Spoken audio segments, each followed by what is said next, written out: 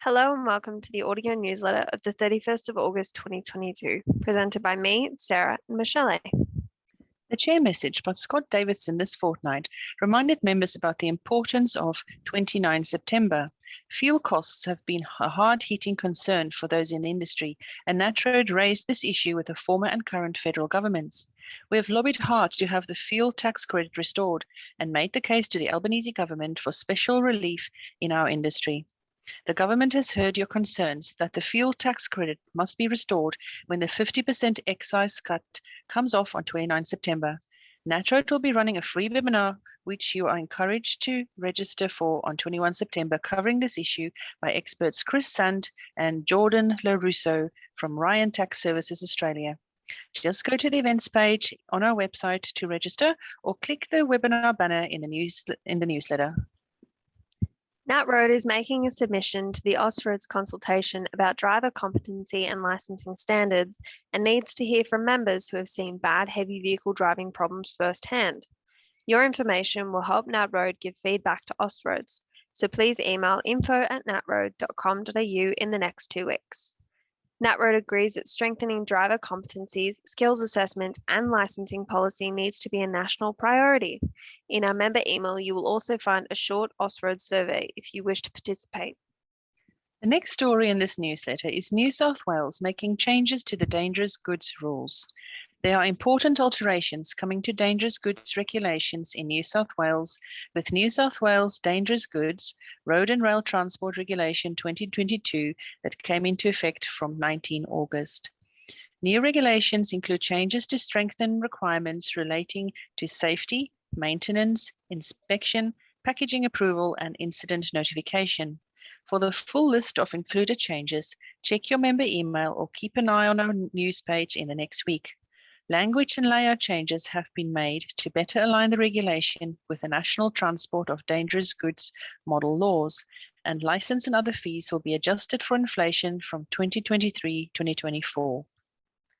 The Konofsky report into the heavy vehicle national law reform process is public and now available. See our website or your new email newsletter for the link. It is worth emphasising NatRoad's position. NatRoad went to last month's meeting of Australian Transport Ministers with the view that some reform was better than none.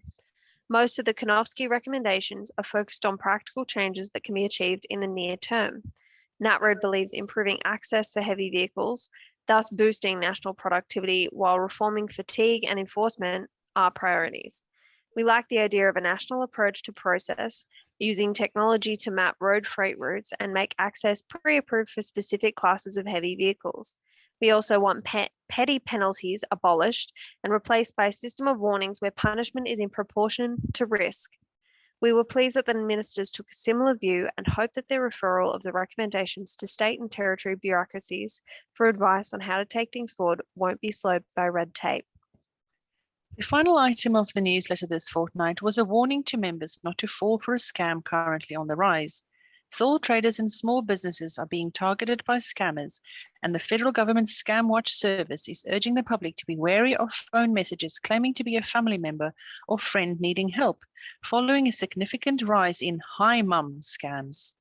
More than 1,150 Australians fell victim to the so-called hi mum scam in the first 7 months of this year, with a total reported losses of $2.6 million.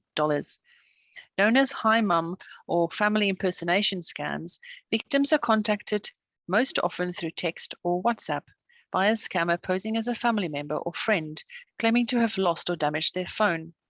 They will claim to be contacting you from a new phone number, build a rapport with the target, and then ask for money or personal information to urgently pay a bill, contractor, or replace the phone. ScamWatch is urging people who receive suspicious messages from a number they don't recognize to independently verify the contact. If you require any further information on the articles in this newsletter, do not hesitate to contact us at info@natroad.com.au or call us at 1-800-272-144. The full articles will be posted to our news and updates page in the following week as well. We would like to thank the proud sponsor of this newsletter, AEI Transport Insurance Brokers, for their continued support.